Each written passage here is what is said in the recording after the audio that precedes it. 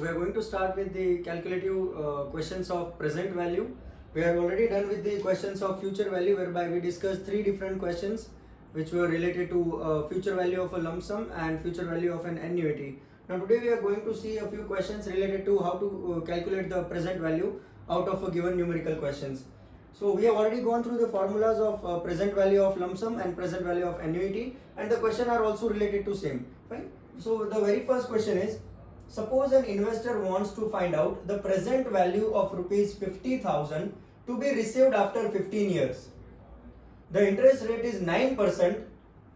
What will be the present value? So it is very clearly given कि आपको एक value जो दिया है 50,000 रुपीज, एक लमसम अमाउंट दिया है जो कि आपको 15 इयर्स के बाद मिलने वाला है. ये amount which is received after 15 years, यानी अभी ये वैल्यू आपके पास नहीं है, अभी रिसीव नहीं हुआ है, 15 साल के बाद आपको ये अमाउंट जो है वो रिसीव होने वाला है. So that by default it becomes what? It becomes a future value because it is going to be received after 15 years. So future value is given 50,000.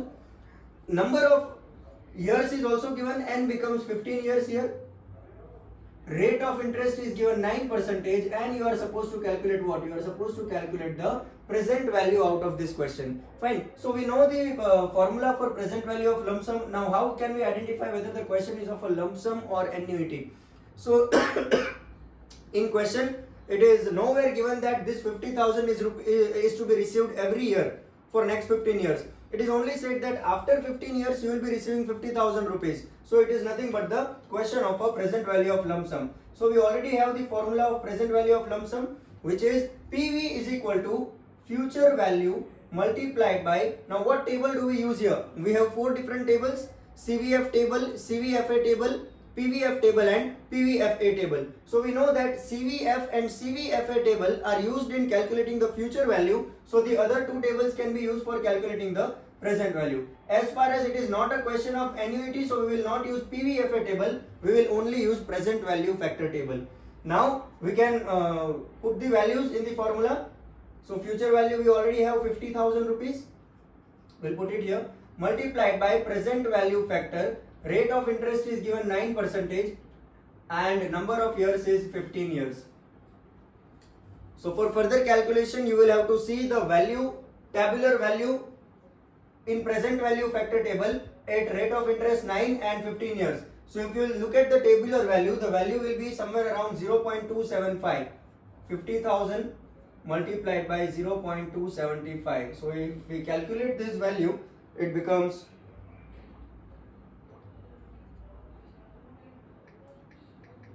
50,000 multiplied by 0.275. So the value will be 1375 rupees. Fine. So you can verify the answer. The present value you calculated is less than the future value. It is already given in the question. So the equation that we have, present value should be less than future value. So that proves here the present value that you calculated is rupees 13750, whereas the future value which is already given in question is rupees 50,000. So the answer is correct. Present value is less than the future value. Right? अब ये present value factor का जो tabular value है, this 0.275, this can also be calculated using an calculator, but definitely I will upload one more video over it, that how can we calculate the value of PVF, PVFA, CVF and CVFA using a normal calculator. Right? So I hope you are getting the answer that we are getting it here using the formula. So we can move on to the another question. Now next question is given, determine the present value of rupees 700. Determine the present value of rupees 700 each paid at the end of each of next 6 years. Each paid at the end of each of next 6 years. Assume an interest rate of 8%. One question is given in which you are supposed to find out the present value of rupees 700, और question में बहुत ही simple way में दिया गया है कि ये 700 रुपए का आपको प्रेजेंट वैल्यू निकालना है जो कि पे किया जाएगा each paid eight the end of each of next 6 years. आने वाले 6 साल के लिए साल के अंत में 700 रुपए जो है वो पे किए जाएंगे. हर साल 700 रुपीज आपको पे करना है. So that by default becomes a question of what? Annuity. एक ही बार पे नहीं करना है, आने वाले 6 साल के लिए लगातार आपको हर साल 700 रुपए पे करना है. जब आपको एक ही अमाउंट बार बार पे करना पड़े कुछ टाइम पीरियड के लिए, तो वो क्वेश्चन हो जाता है एन्युइटी का question. So now we can identify this 700 is nothing but what, annuity. क्यों एन्युइटी है? क्योंकि आने वाले 6 साल के लिए हर साल आपको 700 रुपए पे करना है. So annuity is given 700. What are we supposed to find? We are supposed to find the present value of this 700. इस 700 rupees की present value क्या होगी? So we are supposed to find out what present value. Rate of interest is already given. Assume the rate of interest of 8% and number of years. They have clearly said that for next 6 years you have to pay this 700 rupees every year. So number of years will become 6. Now we can put the values in the formula. So for annuity हमारे पास formula है present value is equal to A, that is A stands for annuity, multiplied by, as far as the question is of annuity, तो हमें यहाँ पे present value factor annuity table use करना पड़ेगा. PVFA into bracket rate of interest and number of years. We have the value of annuity 700 रुपए है annuity का value. PVFA table में अब हमें रेट ऑफ इंटरेस्ट जब 8% है और एन्युइटी आपका 6 साल है, तो ये टेबुलर वैल्यू हमें देखना पड़ेगा. अगर आप टेबुलर वैल्यू देखोगे तो ये वैल्यू समवेयर अराउंड 4.623 आएगा टेबल में.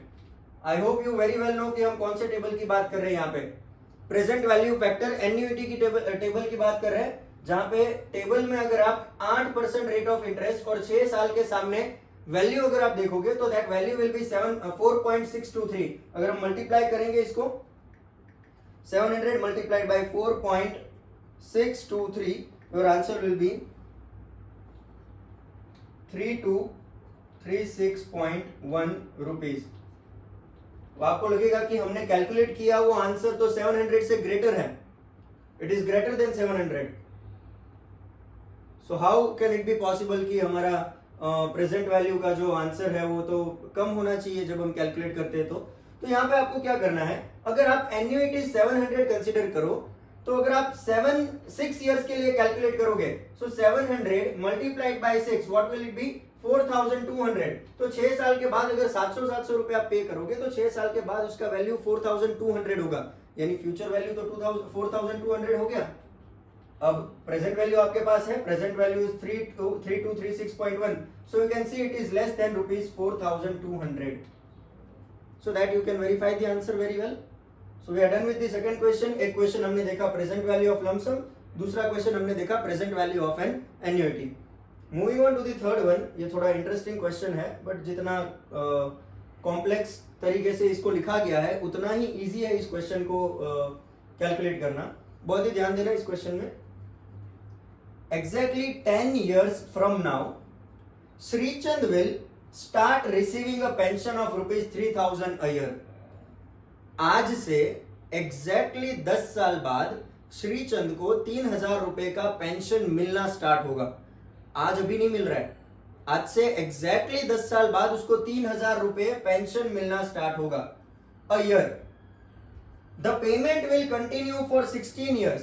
जिस साल उसे पेमेंट मिलना चालू होगा उसके बाद 16 साल तक पेमेंट उसको मिलता रहेगा, इंक्लूडिंग द फर्स्ट ईयर जहां पे उसको पेंशन मिलना स्टार्ट हो रहा है, वहां से लेके 16 साल तक पेंशन जो है 3000 रुपीज उसे मिलता रहेगा. How much is this pension worth now?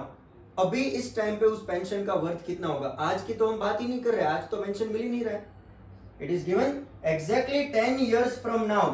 आज से एग्जैक्टली 10 साल बाद उसको पेंशन मिलना स्टार्ट होगा, जो कि अगले 16 साल तक के लिए चलेगा. तो उस पेंशन का आज वर्थ कितना है? Worth now. वर्थ नाउ का मतलब क्या है? आपको प्रेजेंट वैल्यू कैलकुलेट करना है. इस क्वेश्चन में प्रेजेंट वैल्यू कैलकुलेट करना है, बट मैं आपको एक्सप्लेन करता हूं कि किस तरीके से यहाँ पे कैलकुलेशन होगा. जब भी ऐसा कोई क्वेश्चन आता है तो इट इज बेटर कि हम एक साइकिल ड्रॉ करें, जहां पे अगर हमें कहा है कि एग्जैक्टली 10 इयर्स फ्रॉम नाउ, अगर मैं आज की बात करूं तो आज का ईयर मेरे लिए क्या होगा? फाइनेंशियल मैनेजमेंट में 0 होगा. जैसे मैंने पहले बताया था, फाइनेंशियल मैनेजमेंट में आज का जो दिन है, आज का जो साल है, उसे हम 0 से रिप्रेजेंट करते हैं. So if I consider at 0 year exactly 10 years from now, आज 0 से लेके आने वाले 10वें साल में उसको पेंशन मिलना स्टार्ट होगा. यानी यहाँ पे कहीं पे 10th ईयर है, यहाँ 10th ईयर में उसको पेंशन मिलना स्टार्ट होगा. यहाँ से 3000 रुपए उसको हर साल पेंशन मिलना चालू रहेगा. will go to next 16 years. The payment will continue for 16 years. इस ईयर को इंक्लूड करके 16 साल तक उसको पेंशन मिलने वाला है. सो इफ यू काउंट 10, 11, 12, 13, 14, 15, 16, 17, 18, 19, 20, 21, 22, 23, 24 एंड 25. जो 16 साल आपके खत्म होंगे वो 25वें साल तक चलेंगे.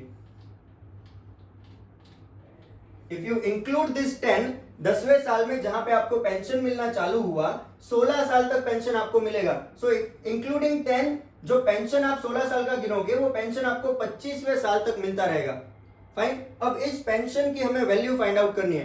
तो आप इजीली समझ सकते हो कि ये 3000 रुपीज जो है वो 10 साल के बाद हमेशा मिलने वाले 25 साल तक. तो यहाँ पे 11 पे भी आपको 3000 मिलेंगे. At 12th year also you are going to get 3000. 13 also you are going to get 3000 till 25.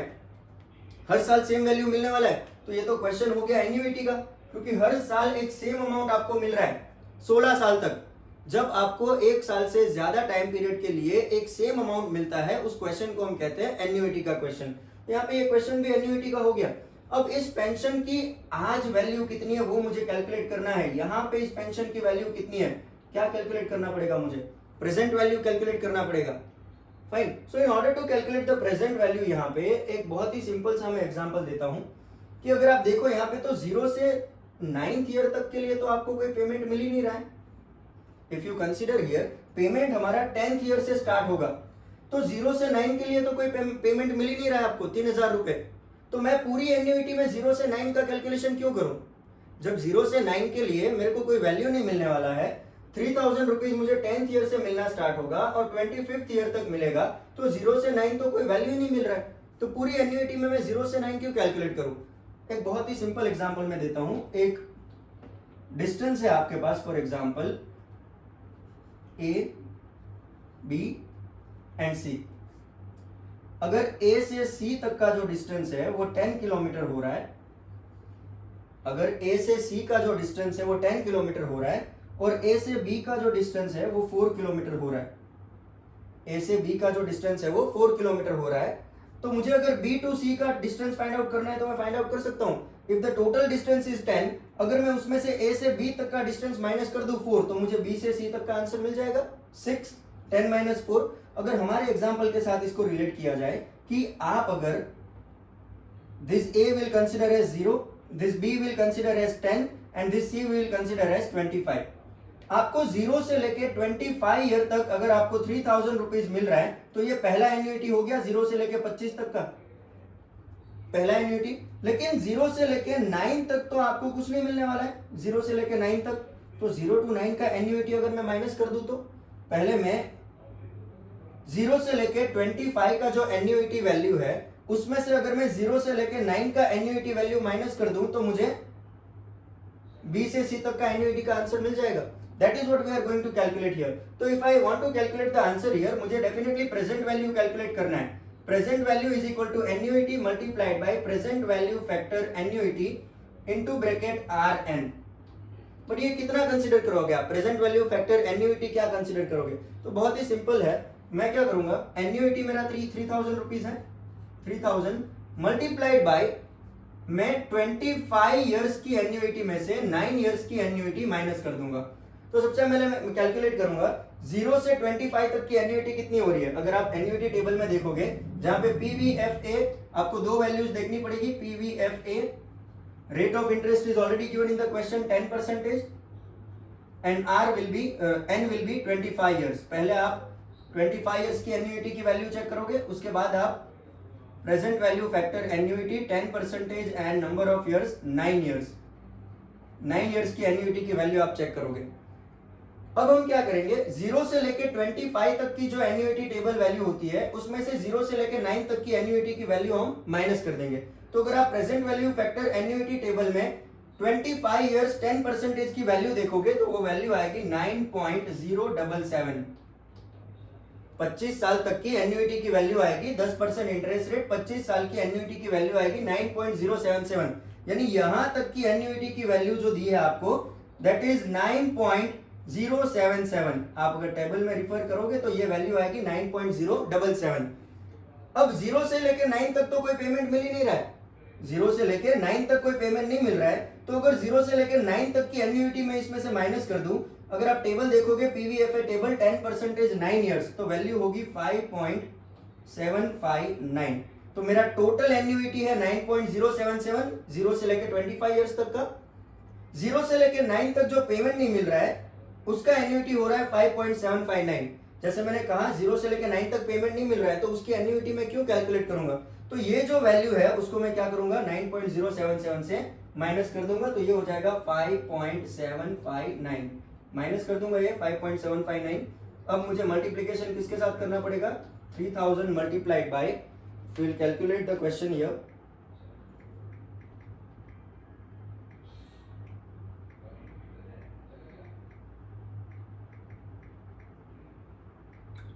So if you calculate the question, it will be 9.077 minus 5.759. So that will be 3.318 multiplied by 3.318. So your answer will be 3000 multiplied by 3.318, 9954. 9954 rupees will be your answer. Clear? So that is how we can calculate the present value of annuity and present value of lump sum. ये एक question थोड़ा complicated था but बहुत ही easy way में I guess मैंने explain किया है कि अगर आपको टोटल डिस्टेंस आपके पास है ए से सी तक का और ए से बी का डिस्टेंस है तो आप बी से सी की वैल्यू फाइंड आउट कर सकते हो।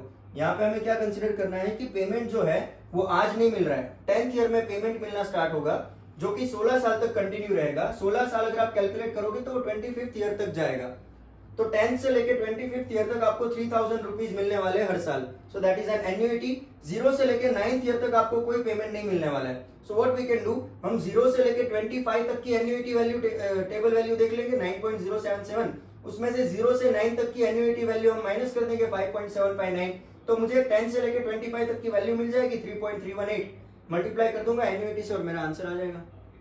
सो that is how we can calculate the questions. Further, we'll solve more questions from present value and future value, and we'll do the questions of uneven cash flow, sinking fund, and loan amortization.